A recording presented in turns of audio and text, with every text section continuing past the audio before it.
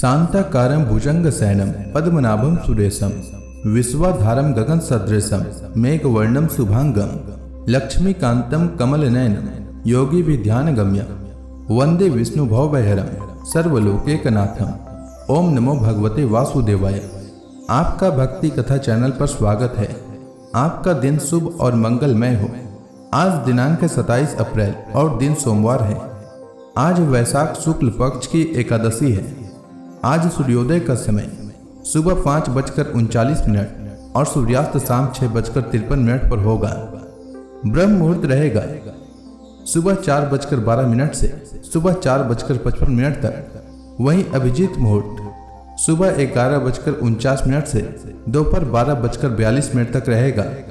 वहीं राहु काल सुबह में 7:18 से सुबह 8:57 तक रहेगा। आइए सुनते हैं वैशाख मास कथा का आज का अध्याय। श्री सुखदेव जी कहते हैं, परीक्षित, जब भगवान शंकर ने यह सुना कि श्री हरि ने स्त्री का रूप धारण करके असुरों को मोहित कर लिया और देवताओं को अमृत पिला दिया, तब वे सती देवी के साथ बैल पर सवार हो समस्त भूत गणों को लेकर वहां गए जहां भगवान मधुसूदन निवास करते हैं। भगवान श्री हरि ने बड़े प्रेम से गौरी शंकर भगवान का स्वागत सत्कार किया। वे भी सुख से बैठकर भगवान का सम्मान करके मुस्कुराते हुए बोले।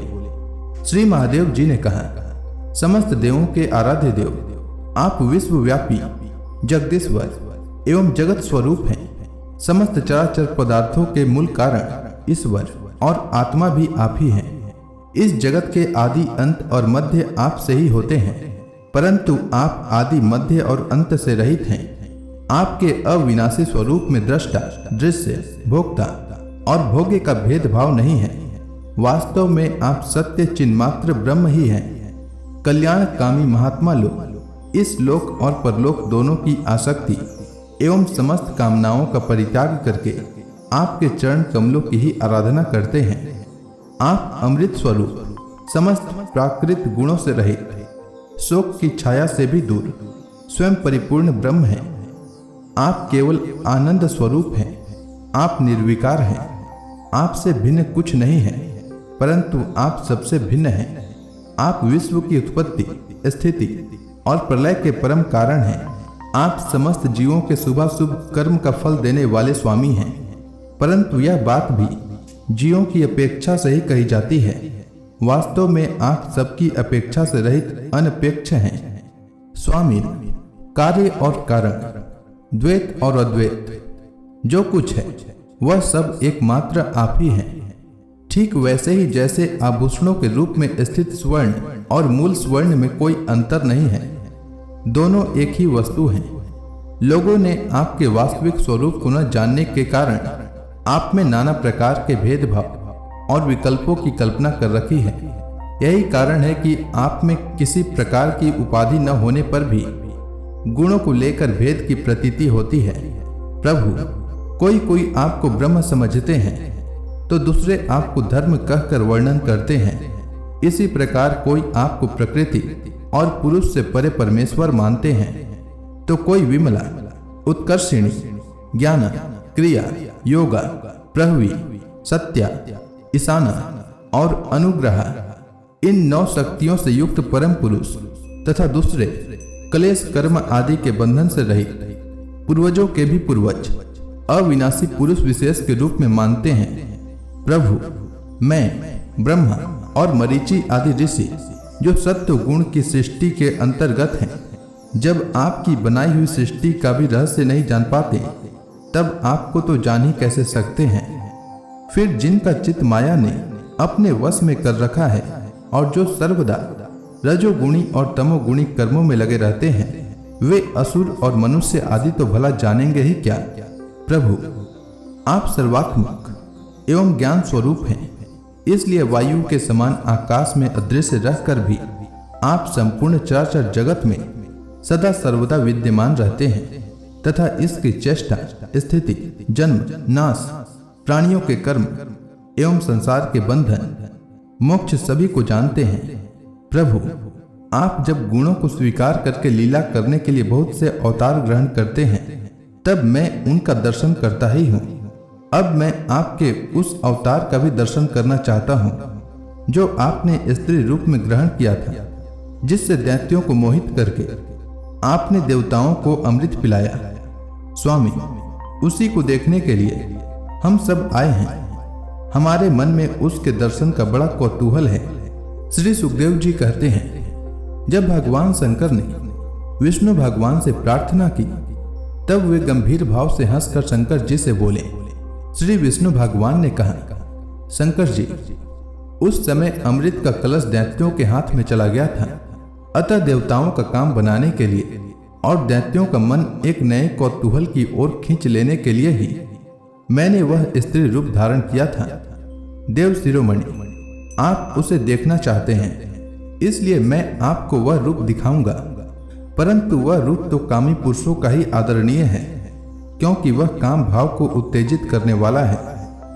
श्री सुखदेव जी कहते हैं, इस तरह कहते कहते विष्णु भगवान वही अंतर्धान हो गए और भगवान शंकर सती देवी के साथ चारों ओर दृष्टि दौड़ाते हुए वहीं बैठे रहे। इतने में ही उन्होंने देखा कि सामने एक बड़ा सुंदर उपवन है।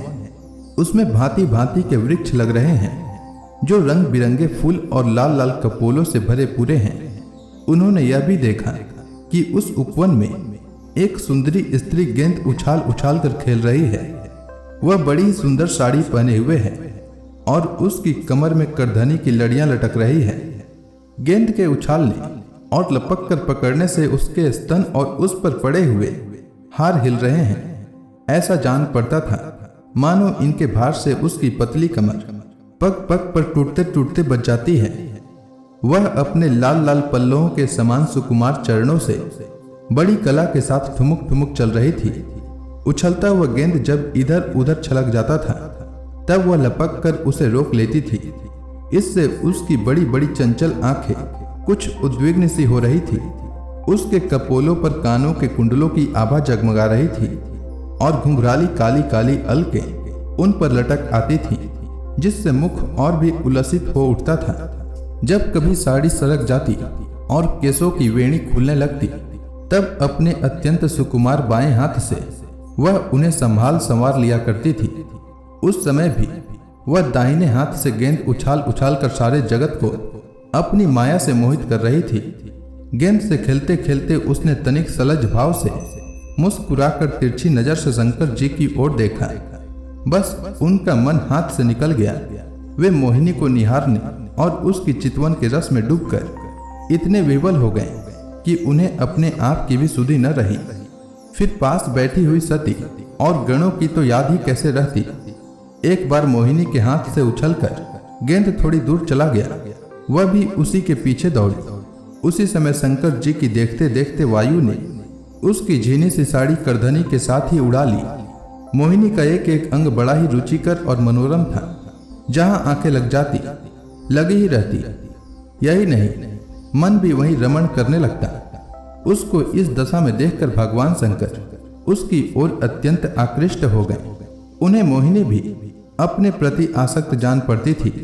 उसने शंकर जी का विवेक छीन लिया। वे उसके हाव भावों से कामातुर हो गए और भवानी के सामने ही लज्जा छोड़कर उसकी ओर चल पड़े। मोहिनी वस्त्रहीन तो पहले ही हो चुकी थी। शंकर जी को अपनी ओर आते देख बहुत लज्जित हो गई। वह एक वृक्ष से दूसरे वृक्ष की आड़ में जाकर छिप जाती और हंसने लगती, परंतु कहीं ठहरती न थी। भगवान शंकर की इंद्रियां अपने वश में नहीं रही। वे कामवश हो गए थे। अतः हथनी के पीछे हाथी की तरह उसके पीछे पीछे दौड़ने लगे। उन्होंने अत्यंत वेग से उसका पीछा करके पीछे से उसका जूड़ा पकड़ लिया और उसकी इच्छा न होने पर भी उसे दोनों भुजाओं में भरकर हृदय से लगा लिया। जैसे हाथी हथनी का आलिंगन करता है, वैसे ही भगवान शंकर ने उसका आलिंगन किया। वह इधर उधर खिसक कर छुड़ाने की चेष्टा करने लगी। इसी छीना झपटी में उसके सिर से बाल बिखर गए। वास्तव में वह सुंदरी भगवान की रची हुई माया ही थी। इससे उसने किसी प्रकार शंकर जी के भुजपास से अपने को छुड़ा लिया और बड़े वेग से भागी। भगवान शंकर भी उस मोहिनी वेशधारी अद्भुत कर्मा भगवान विष्णु के पीछे पीछे दौड़ने लगे। उस समय ऐसा जान पड़ता था मानो उसके शत्रु कामदेव ने इस समय उन पर विजय प्राप्त कर ली है। कामुक हथिनी के पीछे दौड़ने वाले मदोन्मत्त हाथी के समान वे मोहिनी के पीछे पीछे दौड़ रहे थे। यद्यपि भगवान शंकर का वीर्य अमोघ है, फिर भी मोहिनी की माया से वह स्खलित हो गया। भगवान शंकर का वीर्य पृथ्वी पर जहां जहां गिरा वहां वहां सोने चांदी की खानें बन गई। परीक्षित, नदी, सरोवर, पर्वत, वन और उपवन में एवं जहां जहां ऋषि मुनि निवास करते थे वहां वहां मोहिनी के पीछे पीछे भगवान शंकर गए थे। परीक्षित, वीर्यपात हो जाने के बाद उन्हें अपनी स्मृति हुई। उन्होंने देखा कि अरे, भगवान के माया ने तो मुझे खूब छकाया। वे तुरंत उस दुखद प्रसंग से अलग हो गए। इसके बाद आत्मा स्वरूप सर्वात्मा भगवान की यह महिमा जानकर उन्हें कोई आश्चर्य नहीं हुआ। वे जानते थे कि भला भगवान की शक्तियों का पार कौन पा सकता है। भगवान ने देखा कि भगवान शंकर को इससे विषाद या लज्जा नहीं हुई है, तब वे पुरुष शरीर धारण करके फिर प्रकट हो गए और बड़ी प्रसन्नता से उनसे कहने लगे। श्री भगवान ने कहा, देव शिरोमणि, मेरी स्त्री रूपिणी माया से विमोहित होकर भी आप स्वयं ही अपनी निष्ठा में स्थित हो गए। यह बड़े ही आनंद की बात है। मेरी माया अपार है। वह ऐसे ऐसे हाव भाव रचती है कि अजितेंद्रिय पुरुष तो किसी प्रकार उससे छुटकारा पा ही नहीं सकते। भला आपके अतिरिक्त ऐसा कौन पुरुष है जो एक बार मेरी माया के फंदे में फंसकर फिर स्वयं ही उससे निकल सके। यद्यपि मेरी यह गुणमयी माया बड़ों बड़ों को मोहित कर देती है, फिर भी अब यह आपको कभी मोहित नहीं करेगी, क्योंकि सृष्टि आदि के लिए समय पर उसे शोभित करने वाला काल मैं ही हूँ। इसलिए मेरी इच्छा के विपरीत वह रजोगुण आदि की सृष्टि नहीं कर सकती। श्री सुखदेव जी कहते हैं, परीक्षित, इस प्रकार भगवान विष्णु ने भगवान शंकर का सत्कार किया। तब उनसे विदा लेकर एवं परिक्रमा करके वे अपने गणों के साथ कैलाश को चले गए। भरत वंश शिरोमणि, भगवान शंकर ने बड़े बड़े ऋषियों की सभा में अपनी अर्धांगिनी सती देवी से अपने विष्णु रूप की अंशभूता मायामयी मोहिनी का इस प्रकार बड़े प्रेम से वर्णन किया। देवी, तुमने परम पुरुष परमेश्वर भगवान विष्णु की माया देखी। देखो, यों तो मैं समस्त कला कौशल विद्या आदि का स्वामी और स्वतंत्र हूँ, फिर भी उस माया से विवश होकर मोहित हो जाता हूँ। फिर दूसरे जीव तो परतंत्र हैं ही, अतः वे मोहित हो जाएं, इसमें कहना ही क्या है। जब मैं 1000 वर्ष की समाधि से उठा था, तब तुमने मेरे पास आकर पूछा था कि तुम किसकी उपासना करते हो। वे यही साक्षात सनातन पुरुष हैं। न तो काल ही इन्हें अपनी सीमा में बांध सकता है और न वेद ही इसका वर्णन कर सकता है। इनका वास्तविक स्वरूप अनंत और अनिर्वचनीय है। श्री सुखदेव जी कहते हैं, प्रिय परीक्षित, मैंने विष्णु भगवान की यह ऐश्वर्यपूर्ण लीला तुमको सुनाई, जिसमें समुद्र मंथन के समय अपनी पीठ पर मंत्राचल धारण करने वाले भगवान का वर्णन है। जो पुरुष बार बार इसका कीर्तन और श्रवण करता है, उसका उद्योग कभी और कहीं निष्फल नहीं होता, क्योंकि पवित्र कीर्ति भगवान के गुण और लीलाओं का गान संसार के समस्त कलेश और परिश्रम को मिटा देने वाला है। दुष्ट पुरुषों को भगवान के चरण कमलों की प्राप्ति कभी हो नहीं सकती। वे तो भक्ति भाव से युक्त पुरुष को ही प्राप्त होते हैं। इसी से उन्होंने स्त्री का मायामय रूप धारण करके दैत्यों को मोहित किया और अपने चरण कमलों के शरणागत देवताओं को समुद्र मंथन से निकले हुए अमृत का पान कराया। केवल उन्हीं की बात नहीं, चाहे जो भी उनके चरणों की शरण ग्रहण करे, वे उनकी समस्त कामनाएं पूर्ण कर देते हैं। मैं उन प्रभु के चरण कमलों में नमस्कार करता हूँ। तो इसी के साथ यह अध्याय समाप्त हुआ।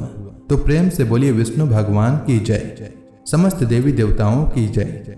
इसके आगे की कथा मैं कल के अध्याय में सुनाऊंगा। तब तक के लिए भगवान श्री हरि विष्णु का नाम जपते रहें।